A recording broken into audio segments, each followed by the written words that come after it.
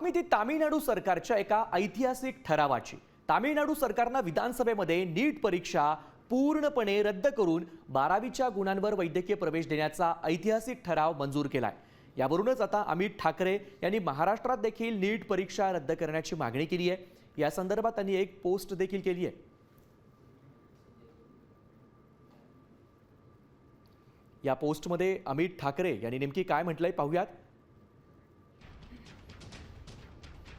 तामिळनाडू सरकारनं नीट परीक्षा पूर्णपणे रद्द करून 12वीच्या गुणांवरच वैद्यकीय प्रवेश देण्याचा ठराव मांडलाय।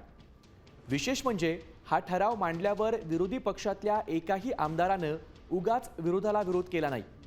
आज महाराष्ट्राच्या राजकारणाची अशी अवस्था होण्याचं कारण म्हणजे इथे सत्ताधाऱ्यांना सत्तेची आणि बहुमताची अशी नशा चढली आहे की त्यांना जनतेशी उत्तरदायित्वच राहिलेलं नाही। उद्या सरकारनं जर महाराष्ट्रातल्या विद्यार्थ्यांच्या, तरुणांच्या किंवा मराठी माणसाच्या हिताचा एखादा खरोखर चांगला निर्णय घेतला तर आम्ही सर्व आधी या सरकारच्या पाठीशी खंबीरपणे उभे राहू।